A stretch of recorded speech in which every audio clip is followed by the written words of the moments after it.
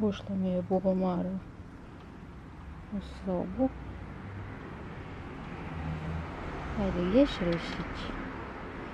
Gdje da stavimo gdje ima malo cvijeća? Gdje si? Eto si.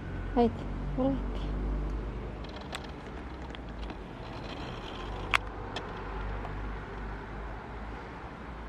Kako prši sunce.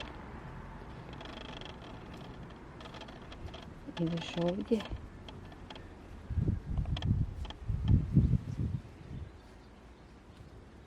Ajde. Ajde. Super na smilje. Bravo. Evo kako se bubamara tu zadržala na smilju. Znači da je odgovara. I vidim da ima i lisnih uši okolo. Tako da će se fino najesti.